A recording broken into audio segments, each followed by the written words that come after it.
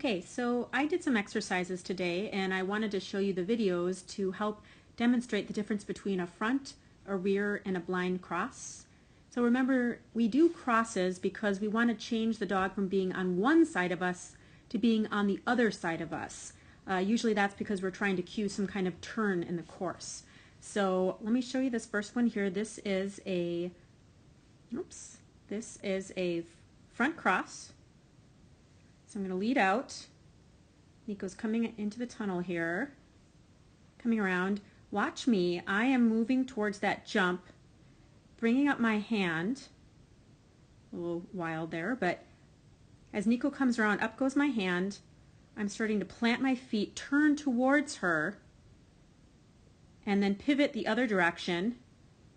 And you can see before she even jumps that jump, I'm already indicating to her the direction that we're moving, and my foot there is showing her which direction we're going. And she turns nicely, comes with me, and we finish the course there. So that's Nico doing it from one side. I'm going to show it to you again this is the same thing, but from the opposite viewpoint, and this is actually my other dog here. So once again, we'll go into the tunnel. I'm sending her to that jump, supporting that jump out there. I'm moving to the far side of this jump. Up comes my arm. I'm saying, Soleil, come over here. I'm planting my feet. And I'm moving in the opposite direction. So when she takes off, I'm a little bit later on this one, but when she takes off, she should see which way we want to go and be ready to come with me. So that's a front cross, where you're turning towards your dog, right? You're going to keep your eye on your dog the entire time that you're doing that cross. So here is a rear cross. Now the rear cross is different. With the rear cross, you want the dog to get ahead of you because you are going to be behind them. That's why it's called a rear cross. So here comes Soleil. She's on my left hand. Or this is Nico. I'm sending her to that jump. I'm going to be a little bit slower when I do a rear cross because I want my dog to get ahead of me. Whereas with the front and the blind cross, which we'll see in a moment, you are usually going to be, you want to be ahead of your dog. But with the rear cross, you need them to get ahead. So I'm going to go a little bit closer to this jump this time. I am going to go in here, show her this with my shoulder. I'm turning towards this jump to bring her around. And as she comes, I want her to get ahead of me. I'm supporting her, saying that's the jump we're going to. And as soon as she crosses in front of me and I can see that she's committed to that jump, I'm cutting behind her. And my motion behind her is what's telling her that we need to turn. So now she is on my right-hand side, and we're going towards that jump out there. All right, we'll do it from the other side again. This is with Soleil. So we go into the tunnel. She's on my left side. Once again, I go a little deeper, turn her here with my shoulder, indicate that jump. She's still on my left-hand side. Now she's going to come over this jump. You can see my hand is motioning. Go ahead, take that jump. But my body is turning into her. So she knows, take that jump. But mom's cutting right behind me.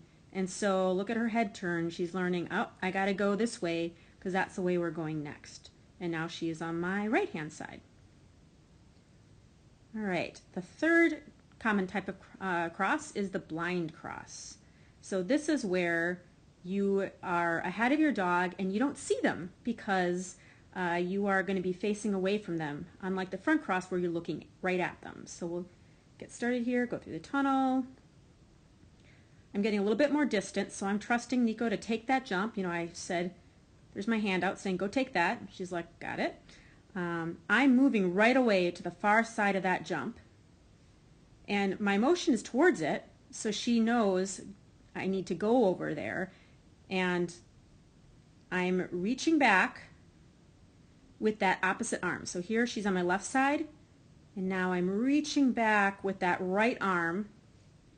I'm looking over my shoulder, and I got my blind completed just in time so that I can see her take off.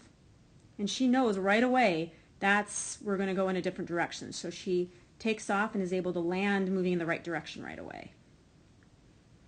One more time. Here's Soleil with the blind. Same thing. I have to support her. I have to, trust her a little bit more because I need to get out to that next jump. So I send her out there with my hand, tell her to go out there. I move real quick to this next jump. Because I'm moving in that direction, she knows that's the way we need to go. And I look, get that other arm up, look over my shoulder, and there she is. So now she is on my right-hand side, and we're able to finish the rest of the course together. So that's the difference between the front, the rear, and the blind cross, just so you have a different way of seeing the concept that we're talking about in class.